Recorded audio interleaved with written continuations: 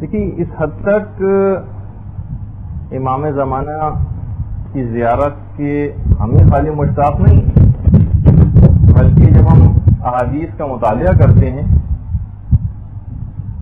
تو دیگر ائمہ بھی کس قدر شوق کے ساتھ امام زمانہ کے متعلق فرماتے تھے کہ پانچویں امام محمد باقر علیہ الصلوۃ والسلام فرماتے ہیں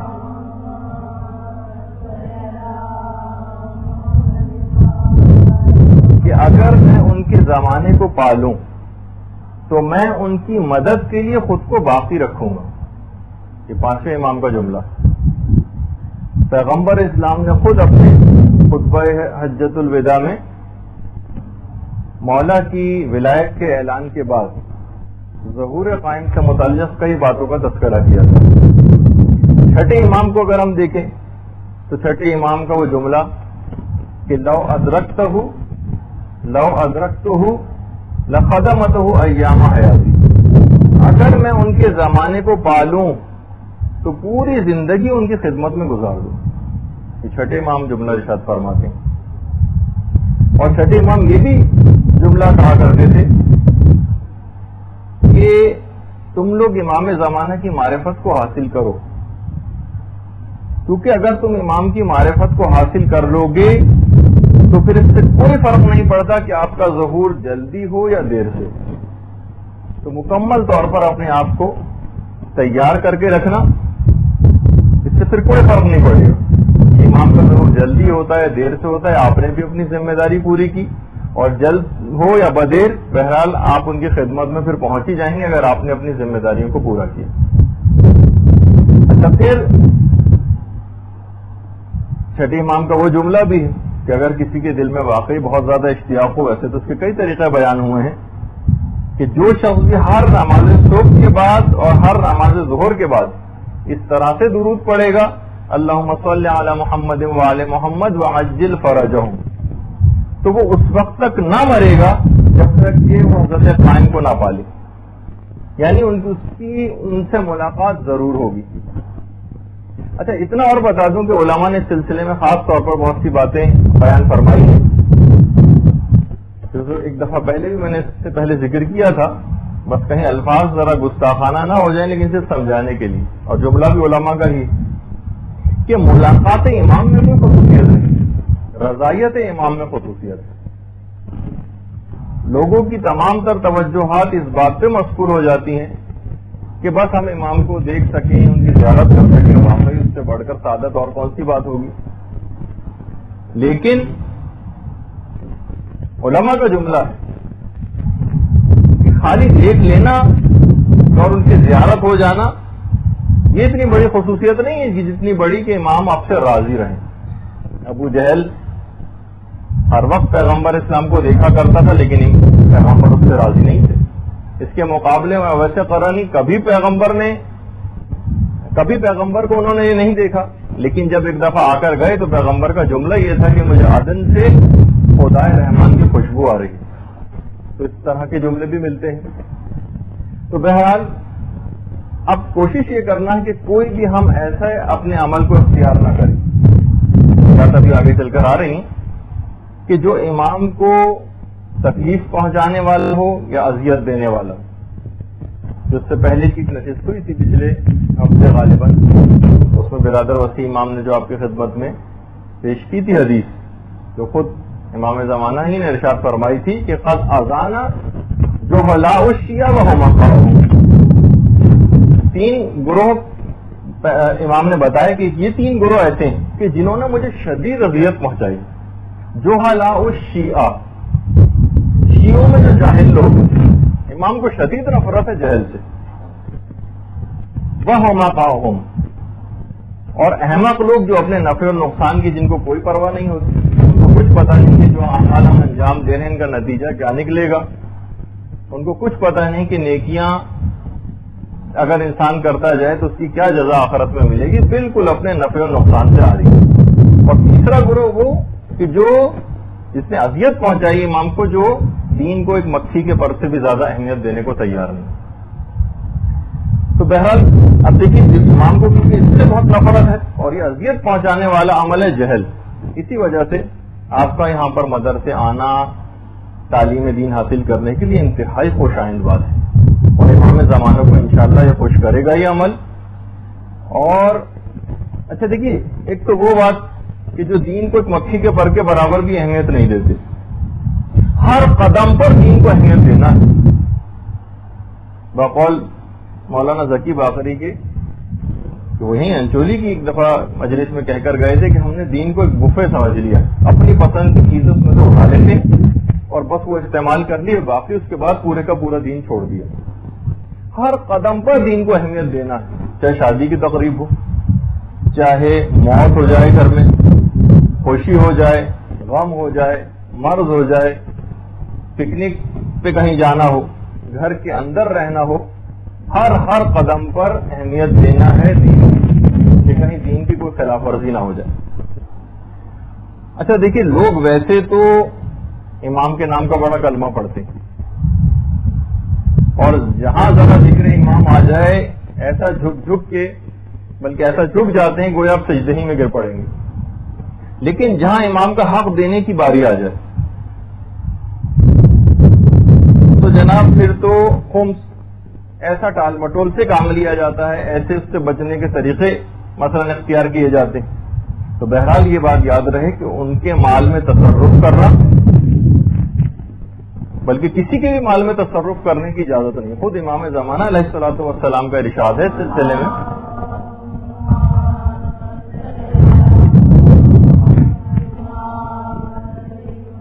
کسی شخص کے لیے بھی یہ جائز نہیں ہے کہ کسی کے بھی مال کو اس کی بلا اجازت استعمال کرے.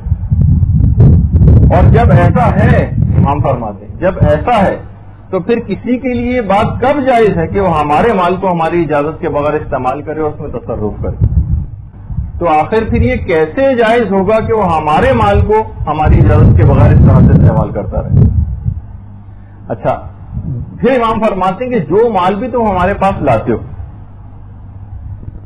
ہم اس کو اس وجہ سے قبول کرتے ہیں تاکہ تم پاک و پاکیزہ اور طاہر ہو جاؤ. اب جس کی مرضی ہو ہمارے پاس آئے، جس کی مرضی ہو ہمارے پاس نہ آئے.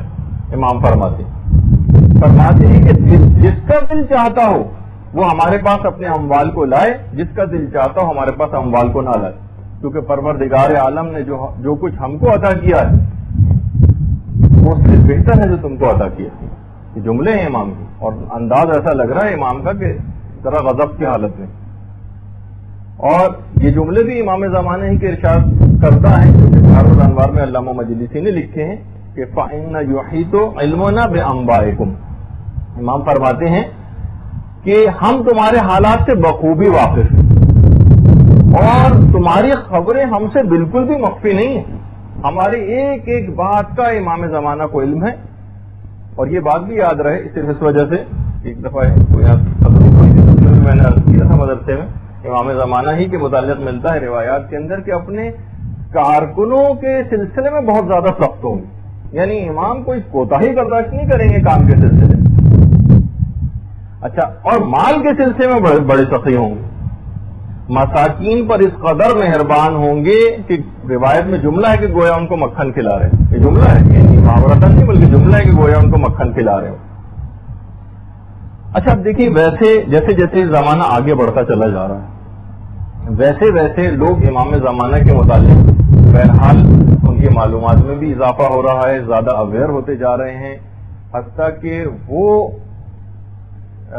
ادارے جو کہ فسق و فجور نشر کرنے والے ادارے ہیں اور دنیا جہان کی خبروں کو دینے والے ادارے ہیں، اس تک کے اوپر کتنے مذاکرے نشر کیے جا رہے ہیں.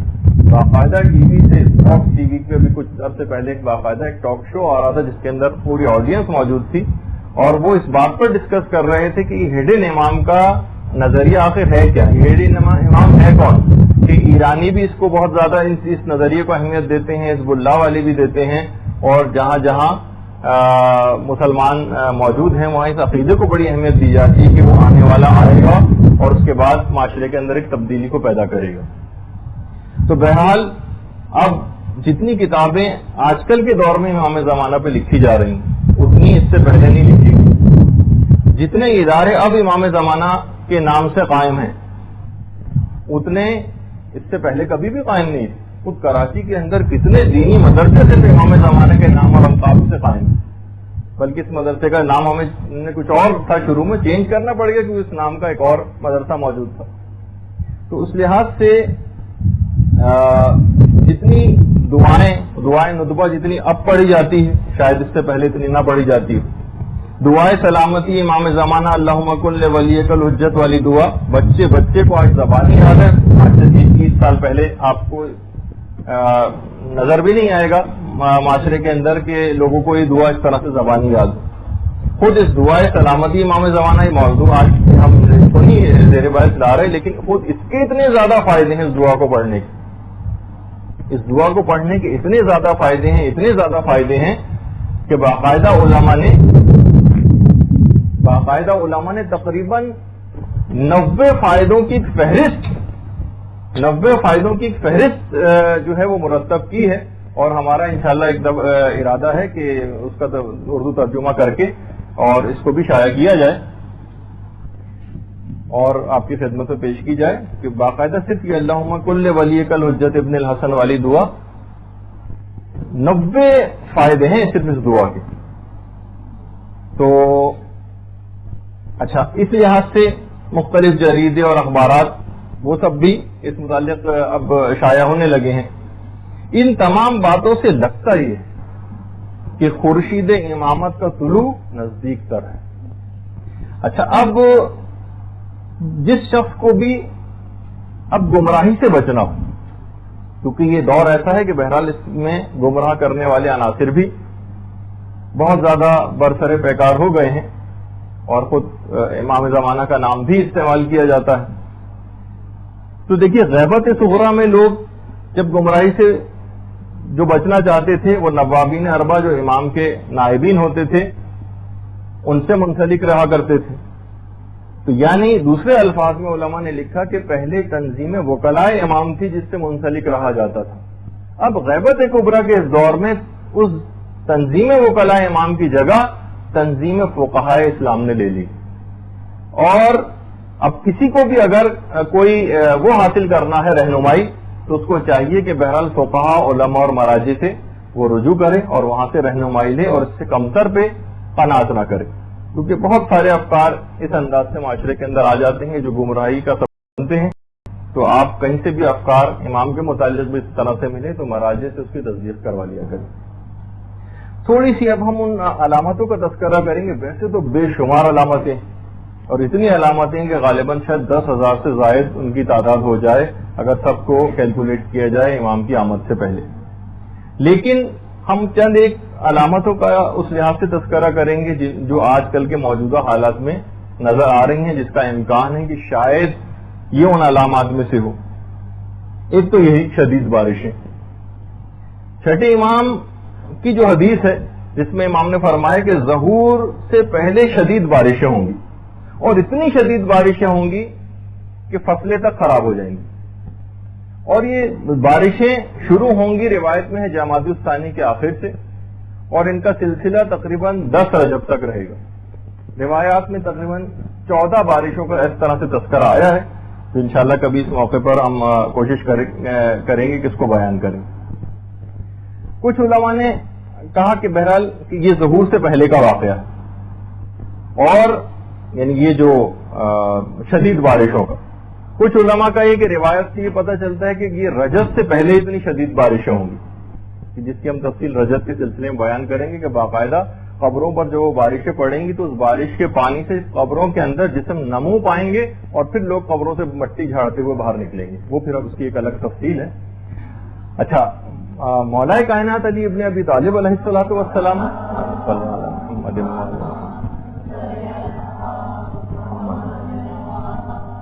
کی بھی اس سلسلے میں ایک حدیث ہے کہ العجب کل العجب بین جماد و رجب.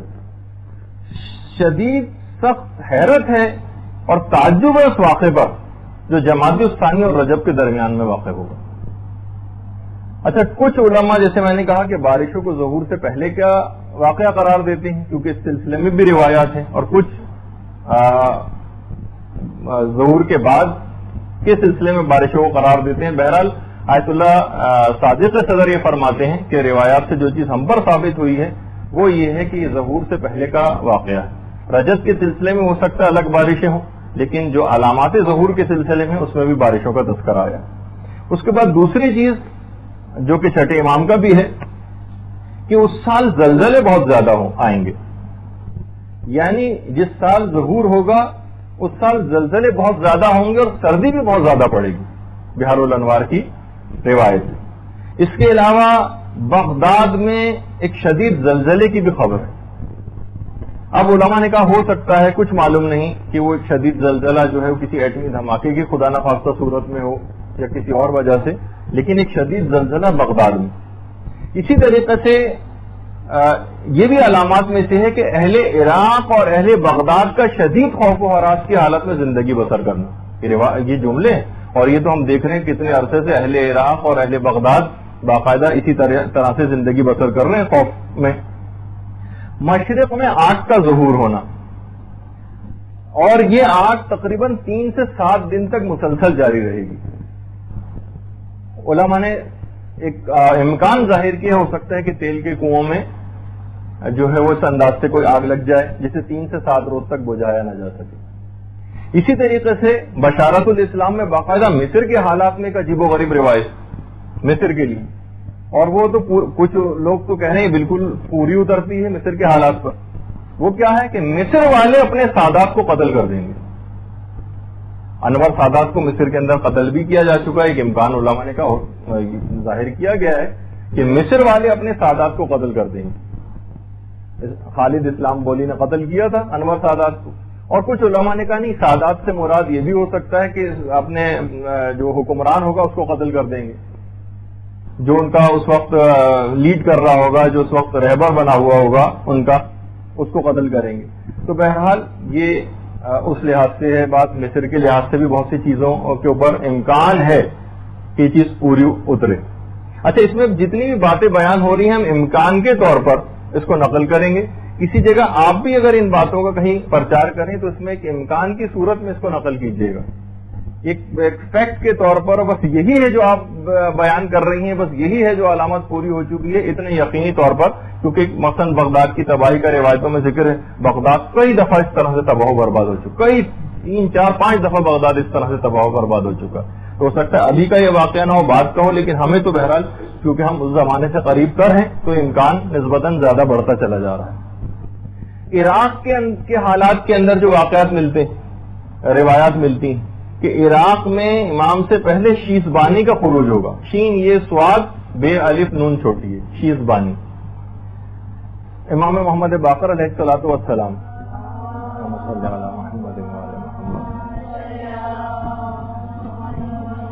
امام سے جب سفیانی کے سلسلے میں لوگوں نے ذکر کیا تو مولا نے کہا کہ ارے تمہارے لیے سفیانی کہاں، اس سے پہلے تو شیزبانی.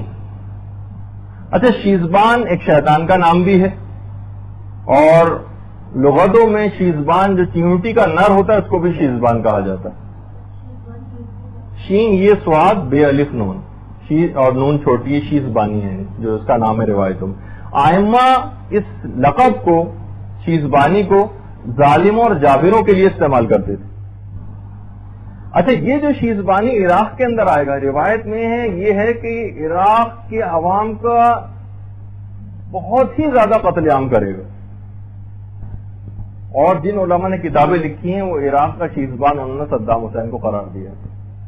اسی طریقے سے ایک اوف اسلمی، این واف. اچھا، بہت سے نام ہو سکتے ہیں کہ بالکل ایز اٹ از نہ ہو، یہ اس کے طور پر ہوں، لیکن وہ جو منطبق ہو رہی ہے وہ مختلف لوگوں کے اوپر منطبق ہو رہی ہیں چیزیں کے امکان ہے. اوف اسلمی، این واف اور اسلمی. چوتھے امام نے اس کا بھی خروج بتایا ہے امام سے پہلے عراق کے اندر، اور یہ بھی بتایا کہ اس کا ٹھکانہ تقرید ہوگا. تقرید خاص جہاں جو اس کا آبائی گاؤں یا علاقہ ہے صدام حسین کا، وہ بھی تقرید تھی. بہار الانوار کی 52ویں جلد میں، اور شیخ توسی نے اپنی کتاب غیبت کے اندر اس حدیث کو نقل کیا ہے. اچھا، اسی طریقے سے کوفے میں سید کا 70 صالحین کے ساتھ قتل، یہ بھی علامات میں سے بیان کیا گیا ہے. علماء فرماتے ہیں کہ شاید یہ واقعہ، یہ جو قتل ہے، یہ شاید شہید آیت اللہ باقر الصدر پہ صادق آتا ہوں، اور ہو سکتا ہے کہ یہ کبھی اور کسی اور دور کے اندر بھی اس واقعے کو دہرایا جائے۔ علم کے لحاظ سے جو علامت ہے کہ عنقریب امام فرماتے ہیں کہ عنقریب کوفے سے علم اس طرح سے رخصت ہو جائے گا۔ اچھا، کوفے کے اندر وہ نجف کا علاقہ بھی پورا شامل ہے، اس طرح سے نکل جائے گا علم کوفے سے جس طریقے سے سانپ اپنی کینچ سے باہر آ جاتا ہے، اور پھر ایک دوسرے شہر کے اندر ظاہر ہوگا جس کا نام قوم ہے، وہ علم و فضل کا مرکز بن جائے گا، اور کوئی دنیا کے اندر ایسا نہ رہے گا جب اپنے علم و فضل کو ظاہر کرے گا قوم، کوئی دنیا میں ایسا نہ رہے گا جو دین سے واقف نہ ہو، حتیٰ کہ حجلے عروسی میں بیٹھی دلہنیں بھی دین سے واقف ہو جائیں گی۔ یہ جملہ ہے، اور یہ واقعہ بھی علماء نے کہا کہ یہ حضرت قائم کے ظہور سے پہلے کا واقعہ ہے، اور صدام حسین نے آپ کو جیسے کہ پتہ ہی ہے کس طرح سے اس علمی مرکز کو تباہ و برباد کرنے کی کوشش کی، اور کتنے نامساعد حالات میں آغا سیستانی وہاں پر حوض علم کو باقی رکھے ہوئے ہیں۔ لیکن اس سے پہلے جب قم میں شاہ کا دور تھا تو اس زمانے میں بھی وہاں کے حالات سے دل برداشتہ ہو کے قم سے طلبہ چھوڑ چھوڑ کے نجف گئے تھے، اور پھر نجف کے حالات میں پھر وہاں سے حوضے سے پھر اب قم جو ہے وہ دوبارہ اس انداز سے علم جو ہے منتقل ہوا، اور روایات کے اندر یہ چیز بھی آئی ہے۔ اچھا، اسی طریقے سے حکومت حجاز جو اب سعودی عرب کی جو موجودہ حکومت ہے، ابو بصیر روایت نقل کرتے ہیں چھٹے امام سے، کہتے ہیں جو شخص بھی مجھے حجاز میں عبداللہ کے جانے کی خبر دے گا، میں وعدہ کرتا ہوں اس سے وعدہ کرتا ہوں کہ میں اسے امام زمانہ کے قیام کی خبر دوں گا، ان کی آمد کی خبر دوں گا، جو بھی حجاز میں مجھے عبداللہ کے جانے کی خبر دے گا۔ اچھا، اور یہ بھی روایات میں آیا کہ اس عبداللہ سے پہلے جو حکمران ہوگا اس کا نام ایک جانور کے نام پر ہوگا، اور وہ آپ کے علم میں بھی ہے، بات مشہور بھی ہوئی کہ جانور جس سے پہلے تھا فہد، اس کے معنی چیتا کے ہیں، اور اس کے بعد جو ہے عبداللہ نام کا جو اب حکمران آیا ہے، اور اس کے بعد امام فرماتے ہیں کہ جب عبداللہ مرے گا تو اس کے بعد عوام کسی ایک شخص پر اکٹھا نہیں ہوں گے، اور روزانہ یعنی حکومت حجاز اتنی متزلزل اور ڈاہا ڈول رہے گی کہ صرف مہینوں کے اندر اور دنوں کے اندر حکومتیں تبدیل ہوں گی۔ تقریباً 10 اس انداز سے لگتا ہے کہ شہزادے اور جو حکمران ہیں وہ اس طریقے سے قتل ہوں گے، اور یہاں تک کہ معاملہ صاحب الامر کے ہاتھ میں آ جائے گا۔ اچھا، اللہم صلی علی محمد وعلی محمد۔ اور اس کے بعد عبداللہ کے قتل کے بعد سالوں پر محیط اس حکومت کا خاتمہ ہو جائے گا، اور اس کے بعد جتنی بھی حکومتیں ہوں گی وہ صرف اور صرف چند مہینے اور دنوں کی مہمان ہوں گی۔ ابو بصیر نے مولا سے پوچھا چھٹے امام سے کہ مولا یہ بتائیے کہ کیا یہ سلسلہ بہت طولانی ہوگا؟ امام نے کہا ہرگز نہیں، یہ سلسلہ زیادہ دیر نہیں چلے گا، یہاں تک کہ پھر یہ سلسلہ چلتا ہوا صاحب الامر کے ہاتھ میں آ جائے گا، یعنی بہار کی باقاعدہ روایت ہے۔ تو اس سے معلوم یہ چلا کہ حجاز کا جو آخری حکمران ہوگا وہ عبداللہ نام کا ہوگا، اور اس کے بعد اگر کوئی حکومتیں آئیں بھی شہزادوں وغیرہ کی تو وہ اتنی کم مدت کی ہوں گی کہ بہت جلد یہ سلسلہ ختم ہو جائے گا۔ عبداللہ کی جو موت کی خبر ہے یہ یوم عرفہ لوگوں کو حج کے ایام میں ملے گی۔ چھٹے امام یہ جملہ ارشاد فرماتے ہیں کہ لوگ میدان عرفات میں موجود ہوں گے کہ ایک شخص خلیفہ کے مرنے کی آ کر خبر دے گا، جو بھی آ کر خبر دے گا، لگتا ایسا ہے کہ حاجیوں میں سے کوئی ہوگا جس کو یہ بات پتہ چلی کہ وہ خبر کو نشر کر رہا ہوگا، جیسے ہی وہ لوگوں کو خبر دے گا لوگ اس کے اوپر پل پڑیں گے اور اس کو اسی وقت قتل کر دیں گے۔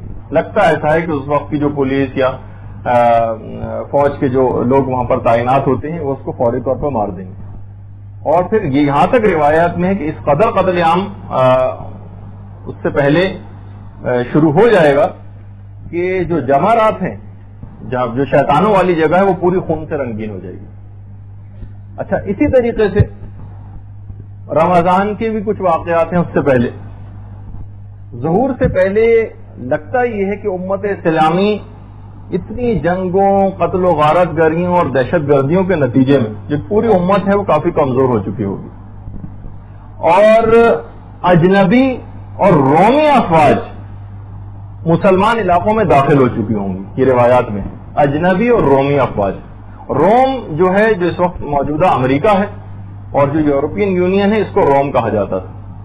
تو اجنبی اور رومی افواج، اجنبی سے مراد ہم اس کو اتحادی افواج کہنے جو مختلف علاقوں سے انہوں نے جمع کر رکھی ہیں، یہ مسلمان علاقوں میں داخل ہو جائیں گی، اور اس کے اندر نیٹو کی افواج وغیرہ بھی شامل ہو سکتی ہیں اگر یہ موجودہ اس کو تطبیق کی جائے تو موجودہ زمانے میں۔ اچھا، نشانیاں مسلسل پوری ہو رہی ہوں گی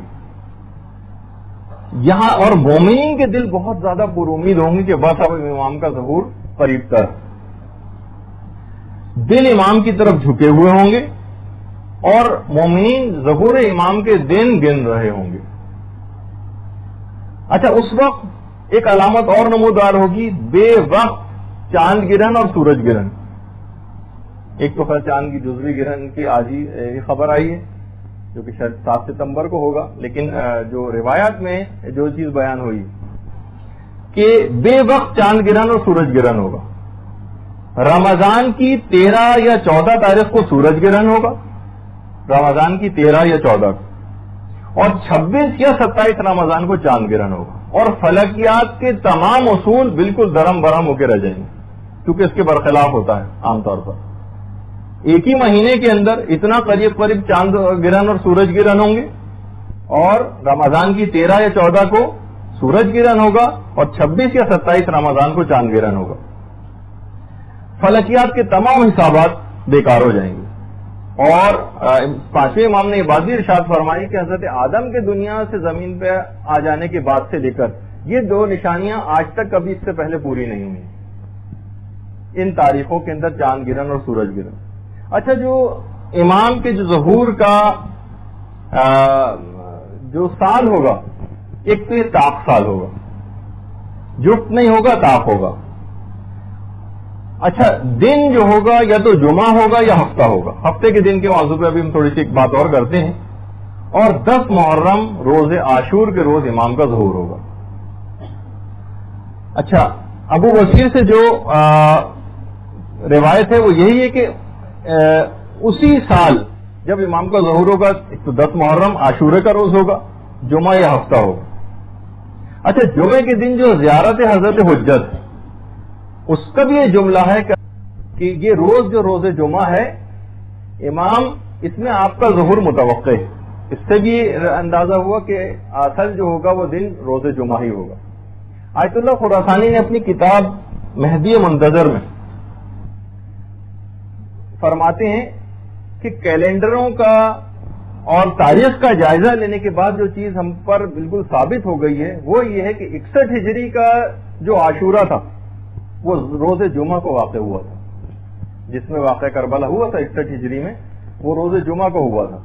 اور تقویم کے اعتبار سے اگر ہم دیکھیں تو 23 رمضان کو اگر جمعہ ہو تو اگلے سال کا عاشورہ بھی جمعے کو پڑے گا، یہ بالکل ثابت شدہ بات ہے۔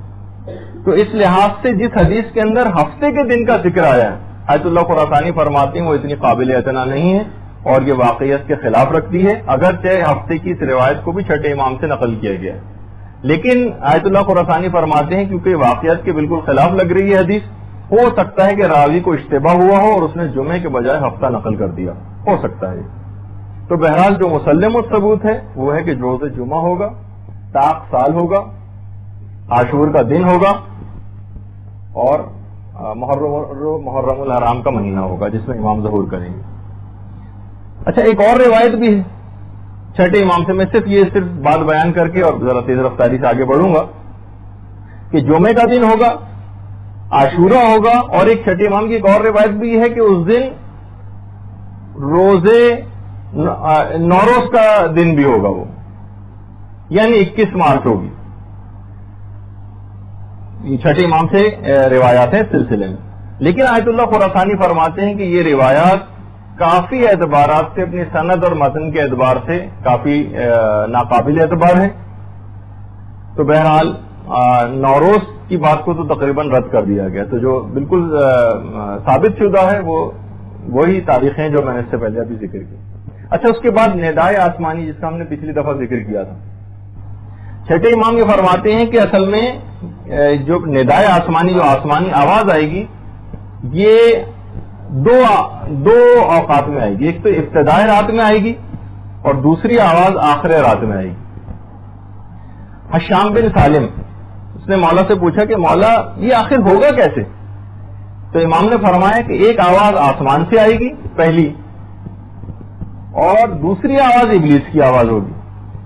راوی نے کہا کہ مولا ہم اس کو جدا کیسے کریں گے, اس میں کیسے پہچانیں گے کون سی آواز صحیح؟ امام نے فرمایا وہ اس آواز کو پہچان جائے گا کہ جس نے پہلے اس کا ذکر سنا ہوگا. بہار الانوار کی 52ویں جلد کے اندر یہ والی حدیث کہ پہچانیں گے کیسے. دیکھیے اب آپ کو اس وقت پتہ چل رہا ہے نا, جو پہلی والی آواز ہوگی وہی برحق آواز ہوگی, اگرچہ کچھ اس کی نشانیاں اور بھی ہیں کہ ہم کیسے پہچانیں گے جو ابھی آگے چل کر آ رہی ہیں. اچھا, جو ابن مسعود کی جو پیغمبر اسلام سے جو روایت ہے, جو میں نے اس سے پہلے بھی پچھلی گفتگو میں عرض کی تھی کہ 15 رمضان کی شب جمعہ کو ایک زوردار آواز آئے گی کہ جو ہر سوتے ہوئے شخص کو اٹھا دے گی.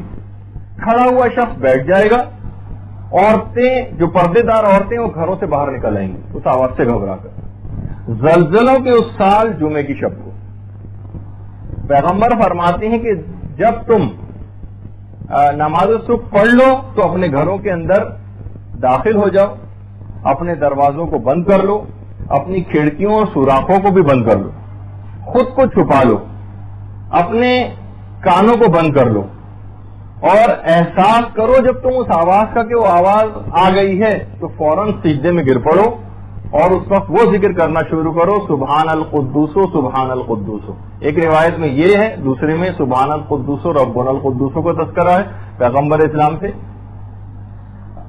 پیغمبر فرماتے ہیں جو بھی یہ ورد کرے گا اس آواز کے وقت وہ نجات پا جائے گا, اور جو اس ورد کو نہیں کرے گا وہ ہلاک ہو جائے گا. مخطوطہ ابن حماد میں پوری تفصیل ہے اس روایت کی کہ جو پیغمبر اسلام نے ارشاد فرمائی. شیعہ علماء کے نزدیک یہ جو آسمانی آوازیں ہیں ان کی تعداد تقریباً 8 ہے, اور سنی جو مدارک ہیں ان کے اندر بھی تقریباً کم و بیش 8 آوازوں کا ہی تذکرہ ہے, جس میں سے جو رمضان کی جو آوازیں ہیں وہ تو بالکل حتمی. لیکن علماء نے کہا کہ کیونکہ مختلف اوقات بیان ہوئے ہیں روایات کے اندر ان آوازوں کے, تو شاید یہ اشتباہ ہو گیا ہو کہ ان آوازوں کی تعداد 8 ہے, کیونکہ ایک آواز کے لیے روایت میں ہے کہ وہ رجب میں آئے گی, دوسری کہ رمضان میں آئے گی, تیسری ہے کہ محرم کے مہینے میں آئے گی. اس طرح سے مل ملا کے تقریباً 8 بن جاتی ہیں. اور جو سفیانی کا خروج ہوگا یہ آسمانی آوازوں اور آسمانی نداؤں کے بعد ہوگا, یہ بات یاد رکھیے گا. اچھا, محرم میں ان آسمانی آوازوں کے بعد ظہور امام میں فقط 6 مہینے باقی رہ جائیں گے, صرف 6 مہینے, اور اس کے بعد پھر امام کا ظہور ہوگا. اور یہ جو آسمانی آوازیں ہیں ان کا تو براہ راست تذکرہ امام کی ان توقیات میں بھی ہے کہ جو امام نے اپنے ہاتھ سے اور دستخط کے ساتھ اپنے نائب جو نوابین اربعہ میں سے ایک نائب کے نام جو انہوں نے توقیع بھیجی تھی امام نے, اس کے اندر بھی امام نے ان نداؤں کا تذکرہ کیا تھا اور کہا تھا کہ آگاہ ہو جاؤ کہ جو بھی خروج سفیانی اور آسمانی نداؤں سے پہلے مجھ سے ملاقات کا دعویٰ کرے گا وہ جھوٹا اور افطرا پرداز ہوگا. جس میں امام نے خاص طور پر سفیانی کے خروج سے پہلے اور آسمانی نداؤں سے پہلے کوئی شخص بھی اگر دعویٰ کرے تو وہ جھوٹا ہوگا. اس کے بعد سے لے کر اور امام کے ظہور میں 6 ماہ کا عرصہ باقی رہ جائے گا. باقاعدہ اس 6 ماہ کے عرصے پر پوری کتابیں لکھی گئی ہیں کہ اس آخری 6 مہینے میں کیا کیا ہوگا. علماء نے بڑا سلسلے میں کام کیا ہے, اور یہ والی جو روایت میں نے امام کی پیش کی جس میں وہ توقیع بھی ہے, یہ بہار الانوار کی 51ویں جلد کے اندر یہ روایت ہے. اچھا, یہ آواز آخر پھر لوگ پوچھتے ہیں کہ آخر اس آواز کی نیچر کیا ہوگی, یہ کس زبان میں ہوگی. تو اس میں علماء نے کئی احتمالات نقل کی. ایک احتمال تو یہ کہ جو آسمانی آواز آئے گی یہ ایک احتمال یہ ہے کہ عربی ہی میں ہوگی, اور صرف چند سیکنڈ کے اندر ہی پورے کرۂ ارض کے اندر پھیل جائے گی. عربی جاننے والے تو اس کو سمجھ لیں گے, لیکن جتنے بھی میڈیا اور ٹی وی والے ہوں گے وہ اس کو اپنی اپنی زبانوں میں نشر کریں گے. جس طریقے سے آج وزیر اعظم بھی کوئی تقریر کرتا ہے تو ہمیں اپنی زبان کے اندر پتہ چل جاتا ہے کہ اس نے کیا کہا ہے. اس طرح سے پوری دنیا کے اندر یعنی جو عربی جاننے والے نہیں ہیں ان کو دوسروں کے ذریعے اپنی زبان میں پتہ چل جائے گا کہ اس کا پیغام کیا ہے. اور ایک تو یہ ہے. اور دوسرا احتمال علماء نے یہ کہا کہ ہو سکتا ہے کہ بطور اعجاز معجزے کے طور پر سب کو اپنی اپنی زبان کے اندر وہ چیز پتہ چل جائے کہ اس آواز کے اندر کیا پیغام ہے. پانچویں امام یہ جملہ ارشاد فرماتے ہیں کہ جب بھی رمضان میں وہ آواز آ جائے تو یہ بات یاد رکھ لو کہ خبردار کبھی بھی اس کے اندر ہرگز شک نہ کرنا، ہرگز اس آواز میں شک نہ کرنا جو رمضان میں واقع ہوگی، کیونکہ وہ جبریل کی آواز ہوگی اور اس میں خاص علامت ہوگی جس سے آپ پہچان سکیں گی کہ یہ آواز بالکل برحق آواز ہے. امام نے فرمایا کیونکہ اس کے اندر حضرت قائم کا نام اور ان کے والد کا نام اس آواز کے اندر ضرور ہوگا. ہر شخص اس آواز کو سن لے گا. حتیٰ کہ روایات میں ہے کہ پردے میں بیٹھنے والی عورتیں اپنے شوہروں اور بھائیوں کو مجبور کریں گی، اپنے والد اور بھائیوں کو مجبور کریں گی کہ وہ اس آواز پر لبیک کہیں اور جائیں، مجبور کریں گی کیونکہ انہوں نے اس متعلق سن رکھا ہوگا کہ جو یہ پہلی آواز اس کے بعد جو بھی فوراً نکل جائے گا، قدم آگے بڑھا دے گا، وہ پہنچ جائے گا اور سعادت کو حاصل کرے گا. اور جو لوگ رہ جائیں گے وہ کچھ عرصے بعد، کیونکہ باقاعدہ روایت کے اندر جو روٹ بتایا گیا ہے امام کا، کبھی وہ آگے چل کے شاید اس کا تذکرہ آئے گا، تو اس میں یہ ہے کہ پاکستان کے بھی کچھ علاقوں سے امام گزریں گے، اس میں ایک ملتان کے علاقے کا بھی تذکرہ، وہاں سے گزریں گے اور ساحلی علاقوں سے ہوتے ہوئے عراق کی طرف جائیں گے. تو کراچی کیونکہ بالکل ساحلی، تو ایک احتمال ہے کہ شاید امام اس جگہ سے بھی گزرے، تو وہ بعد میں وہ مومنین ان امام کے ساتھ اس موقع پر ملحق ہو سکیں گے. خیر اس کی تفصیل انشاءاللہ اپنے موقع پر آئے گی. اچھا، اب زرارہ جو چھٹے امام کے راوی ہیں نقل کرتے ہیں چھٹے امام سے کہ مولا آخر ہم حق و باطل کی جو مختلف آوازیں آئیں گی اس میں ہم تمیز کیسے کریں گے. امام نے اس میں ایک اور طریقہ بھی بتایا، کہا کہ جو بھی ہمارے احکامات پر عمل کرنے کا عادی ہوگا اس کو خود بخود یہ پتہ چل جائے گا کون سی آواز حق ہے. یعنی وہ شک و شبے کا شکار نہیں ہوگا، وہ تو پہلے سے امام کے احکامات پہ عمل کرنے کا عادی ہی ہے، اور جو بالکل دین کو کوئی اہمیت ہی دینے کو تیار نہیں ہوتا اور امام کے حکم پر عمومی زندگی میں عمل نہیں کرتا، اس وقت بھی وہ شک و شبے کا شکار ہو جائے گا. اور کچھ عجب نہیں کہ وہ دوسری آواز کی طرف نہ لبیک کہہ دے اپنے ایمان کی کمزوری کی وجہ سے. تو بہرحال اچھا، پھر امام نے یہ بھی کہا کیونکہ ہمارے ان شیعوں کو قبل از وقت روایات کے ذریعے ان دونوں آوازوں کا پہلے سے علم ہوگا، اس وجہ سے وہ پہچان جائیں گے. اور احادیث میں باقاعدہ ان آسمانی آواز کو سننے کے بعد کچھ اعمال کا بھی تذکرہ آیا ہے کہ جب وہ آسمانی آواز سن لیں تو پھر آپ خدا کا شکر ادا کریں اور باقاعدہ شکر کے نوافل ادا کریں، 2 رکعت یا 4 رکعت نماز پڑھیں کہ وہ، کیونکہ اس کے بعد امام کا ظہور بہت قریب ہوگا، فقط 6 مہینے کا عرصہ رہ جائے گا. اچھا، جبریل کی اس ندا کے بعد اس کے کچھ پہلے تو ندا ہوگی اور اس کے بعد پھر وہ دھماکے کی آواز ہے اور ان کی احتیاطوں کا تذکرہ ہوا. لیکن اس سے پہلے ہم یہاں پر روک کر کہ اس ظہور امام میں حکومت اسلامی ایران کا کیا کردار ہوگا، خود پورے ایران کا کردار کیا ہے اس میں. اچھا، اب اتنا بتا دوں کہ علماء نے ذکر کیا ہے کہ تقریباً ایران کا 9 عناوین کے ساتھ روایات میں ذکر آیا ہے ظہور امام سے متعلق. 9 عناوین یعنی 9 عنوان ایسے ہیں کہ جس میں ایران، کبھی اہل خراسان کہا گیا روایات میں، کبھی ایران کے لیے قوم سلمان فارسی کا تذکرہ آیا، کبھی اہل شاخ کہا گیا ایرانیوں کو، کبھی سیاہ جھنڈے والے قرار دیا، سیاہ جھنڈے والے جو خراسان سے آئیں گے، جس کو آج کل ڈاکٹر اسرار احمد کہتے ہیں کہ اس سے مراد افغانستان کے لوگ ہیں. خیر، اچھا، اس کے بعد اہل قوم کا تذکرہ الگ سے روایات کے اندر آیا ہے، اہل طالقان کا تذکرہ روایات کے اندر آیا ہے، اور عاجم یعنی اجمیوں کا ایک تذکرہ ہے. تقریباً 9 عنوانات ہیں ایسے جس میں ایران کا تذکرہ روایات کے اندر ہوا ہے. اور حافظ ابو نعیم جو کہ اہل سنت کے بہت مشہور علماء میں سے ہیں، باقاعدہ انہوں نے ابن عباس سے ایک روایت بھی نقل کی ہے کہ پیغمبر اسلام کے سامنے جب اہل فارس کا تذکرہ ہوا، یعنی ایران کا تذکرہ ہوا، تو پیغمبر نے فرمایا ہے کہ یہ اہل فارس ہم اہل بیت کی ہی ایک جماعت ہے. یہ جملہ ہے، حافظ ابو نعیم نے بھی اس کو نقل کیا ہے کہ اہل فارس ہم اہل بیت کی جماعت. اور باقاعدہ سنن ترمذی اس کی تو 5ویں جلد کے اندر ابو ہریرہ سے روایت کہ پیغمبر کے سامنے جب اہل عجم کا تذکرہ ہوا، اہل عجم کے موالیوں کا، یعنی جو محبت کرنے والے ہیں لیکن عجمی ہیں. اس زمانے میں عجم ایران کو کہا جاتا تھا، حالانکہ اس زمانے میں تو ایران مکمل طور پر کافر تھا.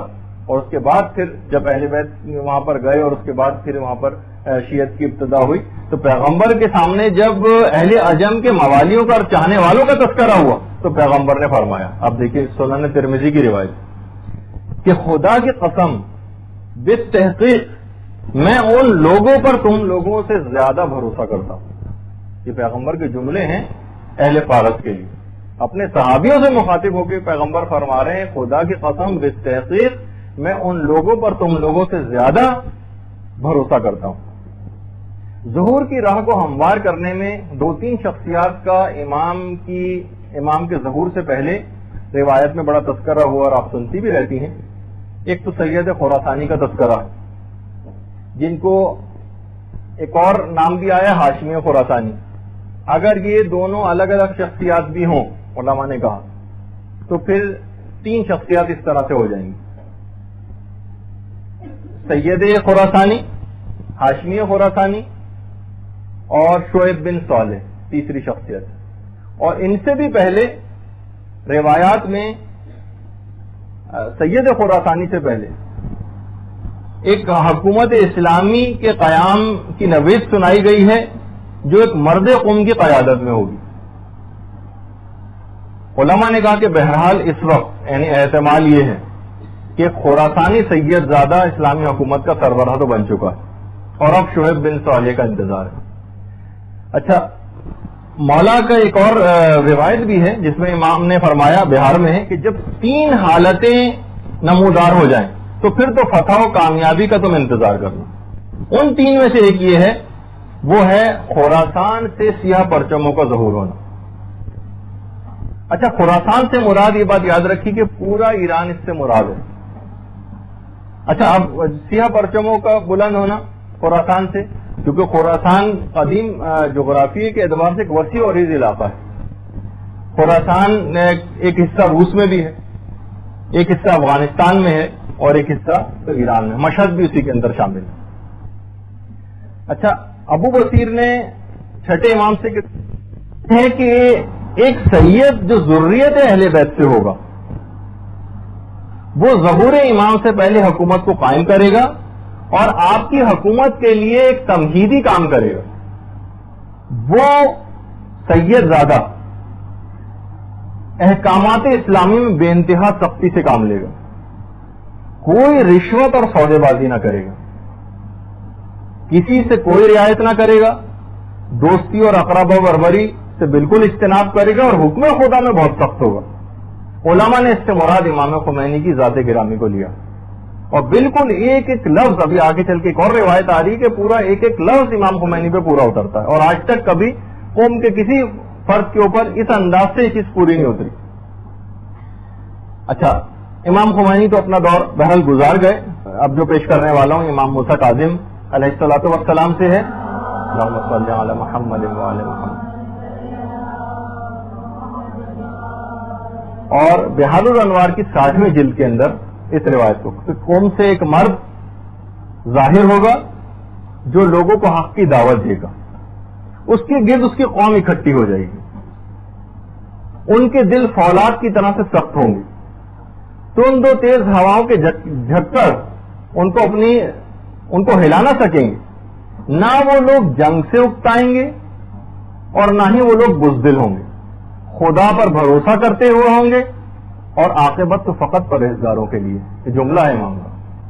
اور عفان بصری جو راوی ہیں چھٹے امام سے ذکر کرتے ہیں کہ تم جانتے ہو امام نے فرمایا کہ اس کا نام قوم کیوں رکھا گیا ہے؟ دیکھیں ہم ایران کے اس کا تذکرہ کر رہے ہیں کہ ظہور امام میں ایران کا کیا کردار ہوگا. عفان بصری سے چھٹے امام فرماتے ہیں کہ تم کو پتا ہے کہ اس کا نام قوم کیوں رکھا گیا ہے؟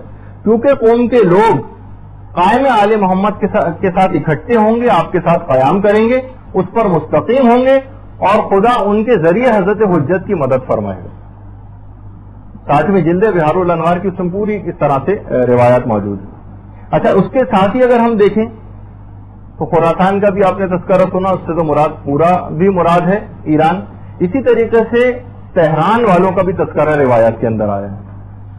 چھٹے امام کی خدمت میں باقاعدہ شہر جو رے کے نام سے تھا، رے کو موجودہ تہران کہا جاتا ہے. رے کا جو یہ سمجھنے کے لحاظ سے ایک تو شہر رے یہ پرانا ایک لحاظ سے جو نام ہے اس کو موجودہ تہران کہا جاتا ہے. کہا کہ مولا ہم رے سے تعلق رکھتے ہیں. امام نے فرمایا مرحبا بے اخواننا من اہل القوم، میرے یعنی خوش آمدید ہو، ویلکم امام نے کہا بے اخواننا میرے بھائیوں کو جو کہ اہل قوم ہیں. انہوں نے کہا مولا نحنو من اہل الرے، ہم تو لیکن رے سے تعلق رکھتے ہیں. امام نے پھر یہی جملہ کہا مرحبا بے اخواننا من اہل القوم. انہوں نے پھر کہا مولا ہم رے سے تعلق رکھتے ہیں. امام نے پھر وہی جملہ استعمال کیا اور کئی جملے اس طرح سے بار بار ہوئے. علماء نے کہا کہ اس کے معنی یہی ہیں کہ امام ان سے یہ کہہ رہے تھے کہ بہرحال یعنی ایک لحاظ سے موجودہ زمانے کے اندر بھی نظر آتا ہے کہ بہرحال کہ اہل قوم ہی کے خط کے اوپر پورا اس وقت ایران، چاہے وہ ریک تہران کا علاقہ ہو یا کچھ، تو امام نے بار بار ان کو قوم کے مردوں کے طور پر ہی ان کو خوش آمدید کہا، کیونکہ پورا ایران ہی اس وقت قوم کا جو خط ہے اور جو راستہ ہے اس کے اوپر گامزن. اچھا اسی طریقے سے امام نے انہی لوگوں سے پھر کہا کہ اللہ کا بھی ایک حرم ہے جو کہ مکہ ہے، پیغمبر اسلام کا ایک حرم ہے جو کہ مدینہ ہے، امیر المومنین کا ایک حرم ہے جو کہ کوفہ ہے، اور ہم اہل بیت کا بھی ایک حرم ہے اور وہ شہر قوم ہے. اور عنقریب ہماری اولاد میں سے ایک خاتون معظمہ فاطمہ کے نام سے ہوں گی جو وہاں پر دفن ہوں گی. جو شخص بھی ان کی زیارت کو جائے گا اس پر جنت واجب ہو جائے گی. درود بھیج دیجیے محمد علیہ.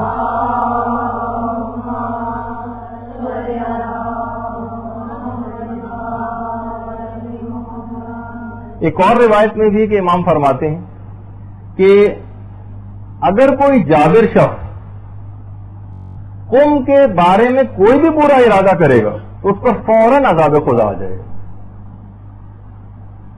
اور امام نے یہ بھی فرمایا کہ عنقریب قوم والے تمام مخلوقات عالم پر حجت بن جائیں گے، اور اگر یہ نہ ہوتے قوم والے تو اہل زمین اپنے اہل کے ساتھ دھنس جاتی. دیکھیے قوم کے لوگوں کی کتنی فضیلت، اور فرشتے مصائب کو قوم اور اہل قوم سے دفع کرتی. اور اگر کوئی بھی ظالم و جابر شخص قوم والوں کے لیے کسی برے ارادے کا خیال دل میں لاتا ہے تو قاسم الجبار ان کو تباہ و برباد کر دیتا ہے، اور پروردگار ظالموں کے دماغوں سے قوم کا ذکر اس طرح سے بھلا دے گا جس طرح وہ ذکر خدا کو فراموش کر چکے. تو بہرحال اچھا اس سے پہلے جیسے کہ ابھی میں نے اس سے پہلے تذکرہ کیا تھا اہل خراسان کا، تو اس میں سیاہ پرچموں کی بھی آمد تھی، اور فرمایا امام نے کہ یہ جب سیاہ پرچم لے کے اہل خراسان نکلیں گے تو ان کو کوئی شے واپس نہیں پلٹائے گی یہاں تک کہ ان پرچموں کو الیاء قدس پہ نصب کر دیا جائے گا. ابھی میں آگے چل کر انشاءاللہ اس کا تذکرہ کروں گا کہ ایران روایات سے یہ پتہ چلتا ہے کہ داخلی طور پر اتنا مضبوط ہوگا کہ یہ باہر نکل کر جنگ کرے گا، کیونکہ ایران کے لیے جنگ کا جو میدان ہے وہ مختلف ممالک بتائے گئے.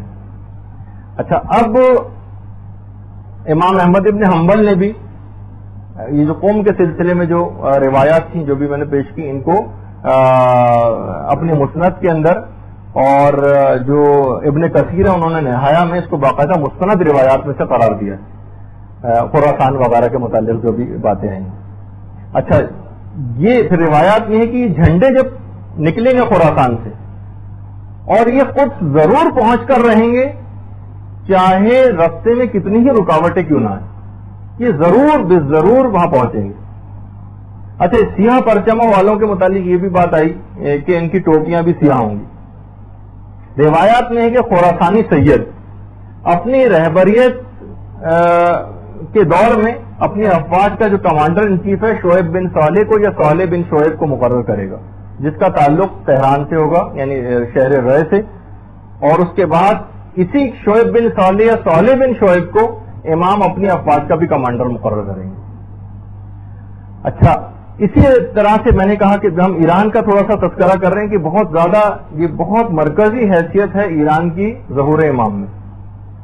کنز العمال جو اہل سنت کی بڑی معتبر کتاب ہے، اس کی 7ویں جلد میں، اور علامہ جلال الدین سیوطی نے بھی اس روایت کو لکھا ہے جو امیر المومنین علی ابن ابی طالب علیہ الصلوۃ والسلام سے.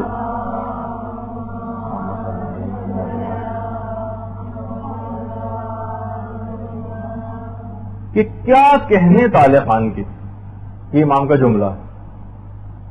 اچھا، اسی طریقے سے ینابع المودہ جو کہ مفتی اعظم قسطنطنیہ کی شیخ سلیمان کی لکھی ہوئی کتاب ہے، اب تو اردو ترجمہ بھی اس کا ہو گیا اور ہر بک اسٹال پہ دستیاب بھی ہوتی ہے. امام نے فرمایا بخن بخن للطالقان، جو کہ آپ سنتی ہیں نا حضرت عمر کا ایک جملہ اس لحاظ سے جو انہوں نے مبارکباد کے طور پہ بخن بخن یا علی انت مولائی کل مومن و مومنہ جو انہوں نے جملہ ذکر کیا تھا اس وقت. تو ان دونوں کے اندر بہرحال کیا کہنے طالقان کی اور اس کے بعد بخن بخن، دونوں کے اندر بہرحال یہ توصیفی اور مدح کے لیے امام نے جملے استعمال کیے.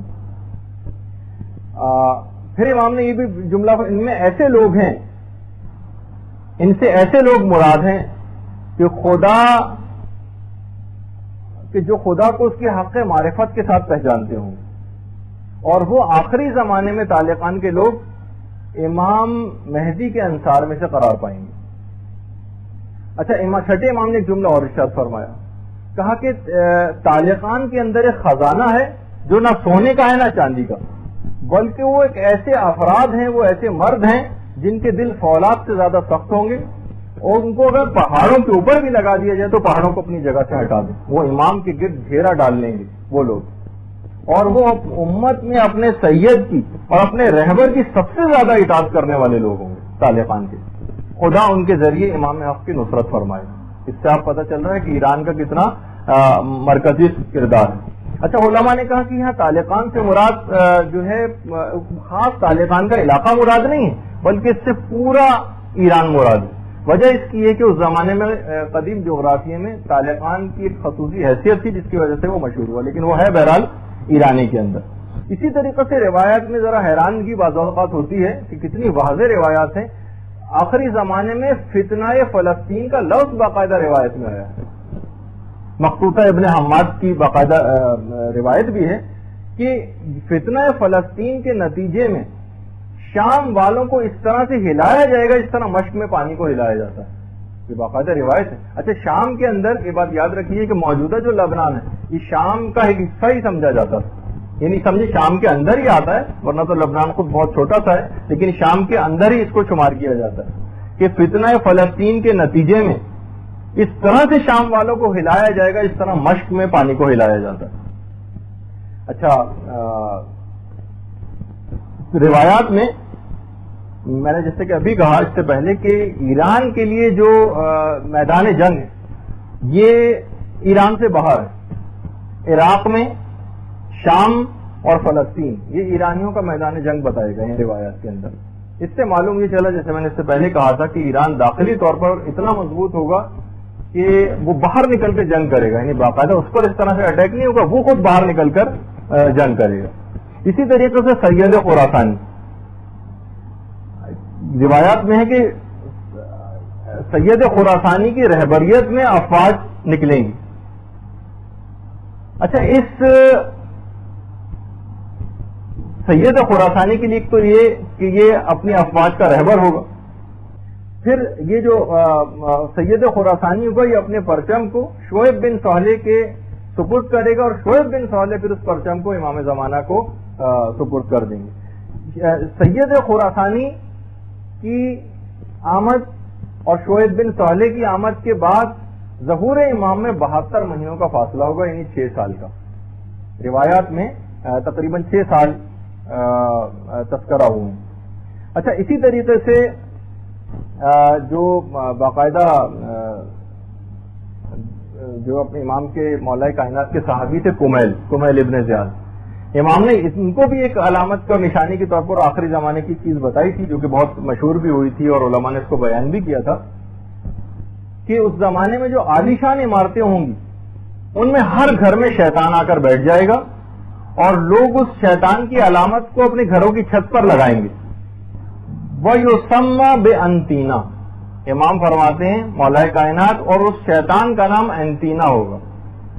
کتاب الملاحم والفتن کی روایت ہے باقاعدہ کہ خود امام نے یہ جملہ ارشاد فرمائے کہ اس زمانے میں ہر گھر میں شیطان آ کر بیٹھ جائے گا اور شیطان کی اس علامت کو لوگ اپنے گھروں کی چھت پر لگائیں گے. وَيُسَمَّى بِأَنْتِينَا, اور اس کا نام انتینا ہوگا. اس زمانے کے علماء نے, جو پچھلا دور تھا, باقاعدہ پوری کی پوری ڈکشنریاں کھگال ڈالنی, انتینا نام کی کوئی چیز نہیں ملی. اور امام کا ایک جملہ اور بھی تھا اسی ملاحم والفتن, کتاب الملاحم والفتن کی روایت ہے کہ امام نے جملہ ارشاد فرمایا جس پہ باقاعدہ کتابوں کو شائع کرنے والوں نے نوٹ لکھا کہ یہ روایت صحیح نہیں لگتی. کہا کہ آخری زمانے میں لوگ آلات موسیقی کو اپنی جیبوں میں ڈال کر پھرا کریں گے.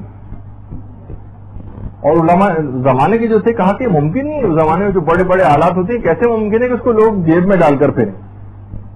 اور پھر یہ بھی ہے روایات کے اندر آخری زمانے میں کہ اہل روم کی مداخلت اتنی زیادہ, اہل روم فلسطین کے معاملے میں اتنی زیادہ مداخلت کریں گے کہ ان کی افواج اس علاقے کے اندر آ جائیں گی. اچھا اتنا اور بتا دیا جائے کہ بہرحال وہ جو آپ سنتی ہیں کہ دنیا کی تقریباً 1/3 آبادی 1/3 یہ ظہور امام سے پہلے ہلاک ہو چکے کی جنگوں کے نتیجے میں. لیکن اس میں بہرحال ایک علماء نے جو اس کے اندازے قائم کیے ہیں روایات سے کہ یہ جو دنیا کی 1/3 آبادی ختم ہوگی یہ امریکہ اور یورپی ممالک کی ہوگی. ایشیا اور مشرق وسطی کے علاقے کے اندر اتنی تباہی نہیں ہوگی کہ جتنی کہ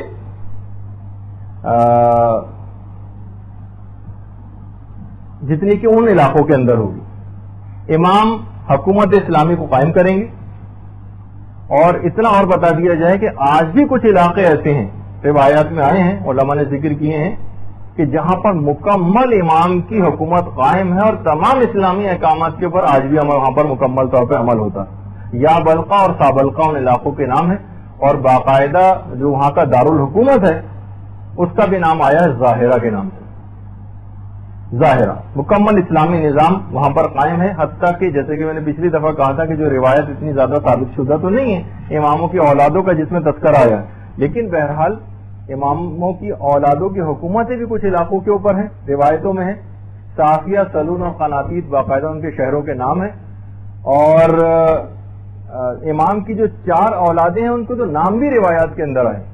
البتہ وہی میں نے جس سے پہلے کہا تھا وہ دماغ میں رہے کہ وہ اتنی زیادہ ثابت شدہ روایت تو نہیں, لیکن بہرحال یعنی امام کے ایک بیٹے کا نام قاسم ہے جس کے لحاظ جبھی امام کی کنیت ابو القاسم بھی.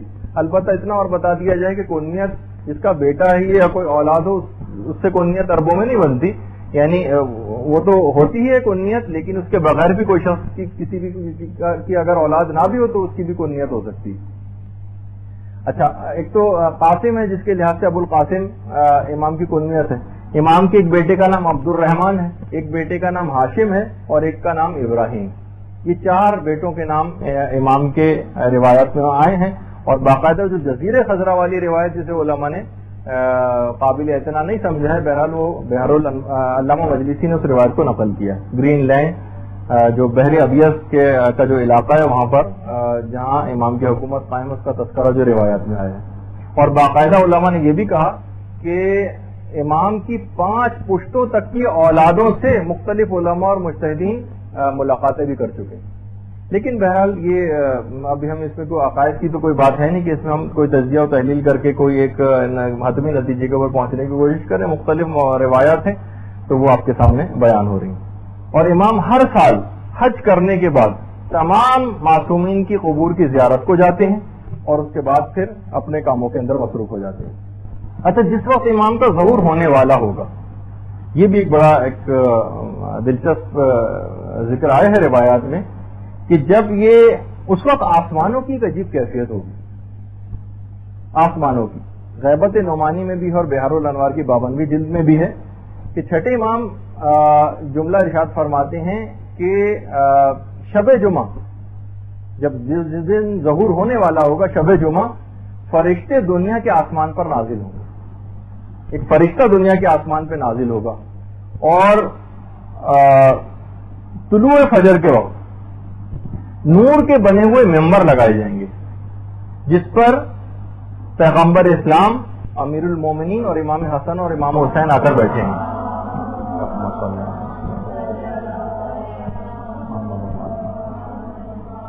ان کے اطراف میں تمام انبیاء ہوں گے، خالص مومنین ہوں گے، صالحین ہوں گے اور فرشتے اکٹھے ہو جائیں گے ان ممبروں کے گرد. آسمانوں کے دروازے کھول دیے جائیں گے. باقاعدہ جس وقت زوال کا وقت ہوگا تو پیغمبر اسلام اپنے پروردگار سے مناجات کرنا شروع کریں گے. اے رب، تیرے وعدے کے پورا ہونے کا وقت آ گیا. اے رب، آپ کے وعدے کا کیا بنا جو آپ نے اپنی کتاب میں کیا ہے. اور پھر پیغمبر اسلام سورہ نور کی 55ویں آیت تلاوت کریں گے.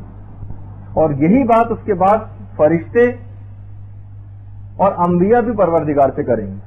اس کے بعد روایت میں ہے کہ پیغمبر اسلام مولائے کائنات امام حسن اور امام حسین سجدے میں گر جائیں گے اور فرمائیں گے اے رب اپنا غضب نازل فرما، تیرے حریم کی بہت ہتک ہو چکی ہے، تیرا احترام پامال کیا جا چکا ہے اور تیرے چنے ہوئے بندوں کو قتل کیا جا چکا ہے، تیرے صالح بندوں کو ذلیل و رسوا کیا جا رہا ہے. اور اس کے بعد ان کی اس مناجات کے بعد پروردگار جو چاہے گا وہ کرے گا اور وہی دن وقت معلوم ہے. یہ روایات کے اندر جملے آئے. اچھا، ان نداؤں کے بعد یہ جو آسمانی آوازیں آئیں گی اس کے بعد لگتا یہ کہ حکومت حجاز بہت کمزور ہو چکی ہوگی. جتنے بھی مسلمان ہوں گے وہ مکے میں امام کے منتظر ہوں گے اور بڑی طاقتوں کی جو ایجنسیاں ہیں یہ امام زمانہ کو ڈھونڈ رہے ہوں گے. اچھا، علماء نے لکھا کہ آسمانی آوازیں ان کو اس کام پر آمادہ کریں گی. ابھی سے مذاکرے ٹی وی کے اوپر آنے لگے ہیں باقاعدہ ان لوگوں کے. آسمانی آوازیں ان کو اس بات پر آمادہ کریں گی کہ وہ امام کو ڈھونڈیں. اچھا، امام کے جو انصار ہوں گے وہ مکے میں سرگرم عمل ہوں گے اور حتیٰ کہ حکومت حجاز کی افواج کے اندر جو مومنین ہوں گے اور جو نیک اور صالح لوگ ہوں گے وہ بھی امام کا انتظار کر رہے ہوں گے. محرم سے پہلے جو حج کا مہینہ آئے گا اس میں سارا گراؤنڈ ورک مکمل کر لیا جائے گا. اور اس کے بعد جب 30 ذی الحجہ ہوگی تو امام اپنے خاص آدمی کو ابتدائی طور پر اپنا ایک پیغام دے کے مکے بھجوائیں گے کہ تم جاؤ اور اس پیغام کو حاجیوں کو پڑھ کر سناؤ. وہ پیغام کو بھی پڑھنا ہی شروع کریں گے امام کے وہ خاص شخص کے خفیہ ایجنسیوں کے جو لوگ اور جو وہاں پر موجود لوگ ہوں گے وہ ان کے اوپر ٹوٹ پڑیں گے اور اس نوجوان کو وہیں خانہ کعبہ کے صحن میں بے دردی کے ساتھ شہید کر دیا جائے گا. اور انہی کا نام ہے نفس زکیہ. ان کو وہاں پر اس سے یہ لگتا ہے اور ان کی خیر ان کو رکن اور مقام کے درمیان اس انداز سے شہید کیا جائے گا اور ان کی شہادت دردناک جو شہادت ہوگی اس کا اثر زمین و آسمان میں بہت پڑے گا. اس سے یہ لگتا ہے علماء نے کہا کہ حکومت حجاز اس کے بعد اتنی کمزور ہو چکی ہوگی کہ وہ اتنی وحشت زدہ ہوگی کہ وہ ذرا سا موقع ہی نہیں لینے دے گی. مثلا وہ گرفتار بھی کر سکتی تھی اس شخص کو لیکن وہ موکلاہٹ کے اندر کہ جو بھی امام زمانہ سے متعلق کوئی بات کرے اسے فوراً قتل کر دو. تو اس وجہ سے اس موکلاہٹ کے اندر قتل کر دیا جائے گا. باقاعدہ اس نفس زکیہ اس پاک و پاکیزہ نفس رکھنے والے نوجوان کا نام بھی روایات میں آیا ہے محمد ابن حسن. ان کی شہادت میں اور امام کے ظہور میں چھٹے امام فرماتے ہیں فقط 15 دن کا فاصلہ ہوگا. یعنی تقریباً 23 سے 24 ذی الحجہ کو وہاں آ کر یہ پیغام پڑھیں گے اور شہید ہوں گے اور 10 محرم صرف 15 روز کا فاصلہ امام کے ظہور میں رہ جائے گا. روایت میں جملہ یہ کہ ان کی شہادت کے بعد پھر اتنے زیادہ لوگ آمادہ ہو جائیں گے کہ باقاعدہ امام کو مکے اس طریقے سے لایا جائے گا جس طریقے سے شب زفاف دلہن کو لے کر لایا جاتا ہے. یعنی اس طرح سے امام کو خاص پروٹوکول کے ساتھ لایا جائے گا. روایات میں یہ بھی ہے.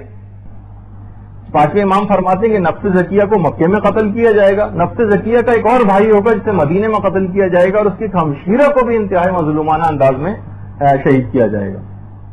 اچھا پھر اس کے بعد امام کا دیکھیے جب ظہور ہونے والا ہوگا نا تو تقریباً 14 ماہ لگیں گے اس کو پورے طور پر ہونے میں. پہلے 6 مہینے تو خوف و ہراس کے ہوں گے جس میں امام ظاہر نہیں ہوں گے, صرف امام پوشیدہ رہتے ہوئے اپنے لوگوں کی رہنمائی کر رہے ہوں گے. آخری 8 ماہ پھر اس کے بعد مکے کے اندر پھر باقاعدہ پورا روٹ ہے کہ مکے سے پھر مدینہ امام جائیں گے اور اس کے بعد پھر عراق جائیں گے اور اس کے بعد پھر قدس کی طرف جائیں گے, کیونکہ امام کا پہلا ہدف اس کے بعد قدس کی آزادی ہوگا. امام کے دور میں روایات میں ملتا ہے کہ امام خاص طور پر عالم اسلام کی وحدت کے سلسلے میں بہت کام کریں گے, بلکہ رومیوں کے ساتھ, یہ جو سمجھیں جس کو ہم موجودہ امریکہ یا یورپین یونین کہا جاتا ہے, امام باقاعدہ ان کے ساتھ ایک پیس ٹریٹی کو بھی سائن کریں گے. یعنی باقاعدہ ایک دم سے ان کے حملہ نہیں ہوگا, بلکہ ایک معاہدے صلح کی قرارداد کے اوپر دستخط کریں گے, جسے کچھ عرصے کے بعد یہ لوگ خود رومی جو ہوں گے یہ خود اس معاہدے کو توڑ دیں گے اور اس کے بعد پھر جنگ وغیرہ شروع ہوگی اور حضرت عیسیٰ کی آمد کا بھی ایک سلسلہ شروع ہوگا جو ہم انشاءاللہ اگلی اس میں ذکر کریں گے. آیت اللہ خراسانی انہوں نے باقاعدہ کہا کہ جس وقت امام کا ظہور ہونے والا ہوگا تو کوہ ذی طویٰ جو ہے مکے کا ایک پہاڑ ہے, جو ہم نے آج کلاسز کے اندر یہاں کی طالبات کو دکھایا بھی تھا, امام اپنے 313 اصحاب کے ساتھ مکے کے اس پہاڑ سے مکے کی طرف تشریف لے کر آئیں گے. اب جیسے ہی امام مسجد الحرام پہنچیں گے, امام اپنے صحابی کو حکم دیں گے. امام کا ایک صحابی گفتگو کرنا شروع کرے گا لوگوں سے, اے لوگوں جس ہستی کی جو ہستی تم کو مطلوب تھی وہی ہستی یہاں پر موجود ہے, جن کی تلاش میں تم سرگردہ تھے یہ وہی ہستی ہیں جو تمہارے سامنے ہے, اور تمہیں یہ اسی چیز کی دعوت دیں گے جو پیغمبر اسلام نے تم کو دعوت دی. جیسے وہ یہ جملہ کہے گا وہ شخص لوگ فوراً امام کی طرف بڑھیں گے. لگتا وہی ہے کہ وہی خفیہ ایجنسیاں اور حکومت کے لوگ وہ امام کی طرف بڑھیں گے کہ امام کو نفس زکیہ کی طرح سے شہید کر دیں اسی وقت فوراً.